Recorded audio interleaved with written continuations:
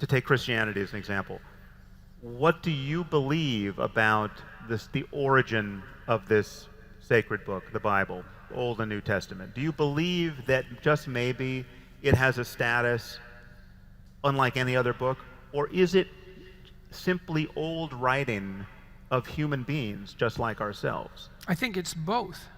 Okay, so but so what does that mean? That you're saying that there's somebody who's taking dictation that is unlike any other dictation. So Homer, though creative, Sam, or Shakespeare, though creative, was doing something else. It's not like we understand the sources of inspiration. Okay, but, but everyone's been inspired. If you talk to creative people, yes, they often describe themselves as something approximating a conduit through which higher wisdom is pouring. Again, you're dodging.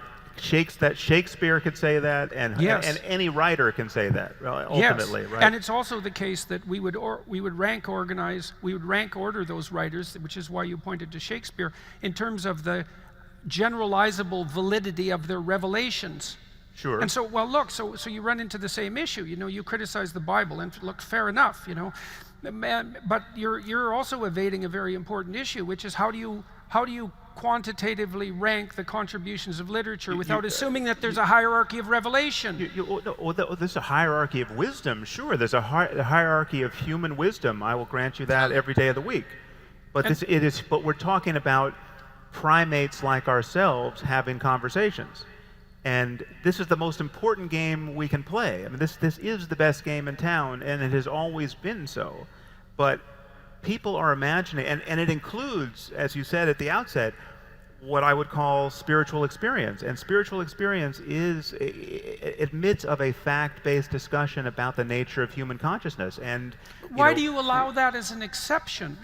Because it's not an exception. It's part of the data set. So it's possible to have so this is spiritual experience without the possibility of concretized revelation.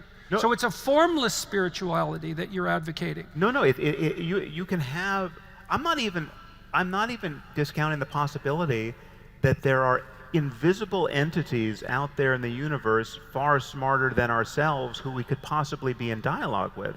I mean, there are many strange ideas that we could defend to one or another degree. There are people walking around speculating that we might be living in a computer simulation, that all of this is being run on some hard drive of the future, or some alien supercomputer. Now, that you can actually, I mean, Nick Bostrom at Oxford gives a very cogent argument in defense of that thesis.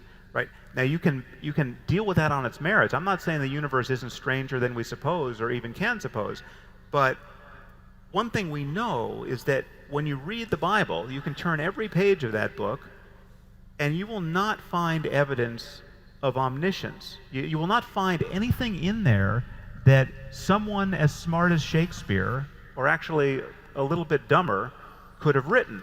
No, right? I don't think that's true, Sam. There are incredibly whatever else you might say about the biblical writings, there are incredibly potent narratives embedded within them. It's impossible to write something, virtually impossible to write something like Cain and Abel. It's a paragraph long, and it's absolutely you're saying the Shakespeare of 3,000 years ago couldn't have written Genesis? He couldn't have written Cain and Abel, not in 10 sentences. So then who Cain and Abel is 10 sentences long. So then and it contains more wisdom than you can dig out in a lifetime. So now we're getting to the nub of it. Then you think that was not the product of a human mind? I think it was the product of a vast collection of human minds working over millennia. Okay, so we have a committee of Shakespeare's.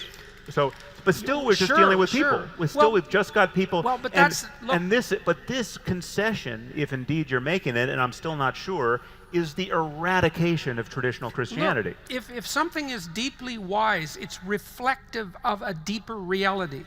Otherwise, it wouldn't be wise. I'm in love with deeper realities. So what's the deeper reality that something as wise as the story of Cain and Abel reflects? What's the reality? A landscape of mind that that either takes great training, great luck, or pharmacological bombardment of the human brain to explore. Right? There are ways to get there. There are ways to have the beatific vision, right? And we understand this to some degree experientially, and we can understand it to some degree by third person methods of science. And it's not like I don't know. I mean, I've had many experiences that, if I had them in a religious context, would have counted for me as evidence of the truth of my religion, right? But because was not brought up in a religious context, and because I spend a lot of time seeing the downside of that form of credulity, I have never been tempted to interpret these experiences that way. Try a higher dose. Yeah, I've tried. Believe me, yes. I'll go. I'll play that game of poker with you all day long. You'd be surprised, yes, my friend. Yes. Well, maybe. We're going to have to ask about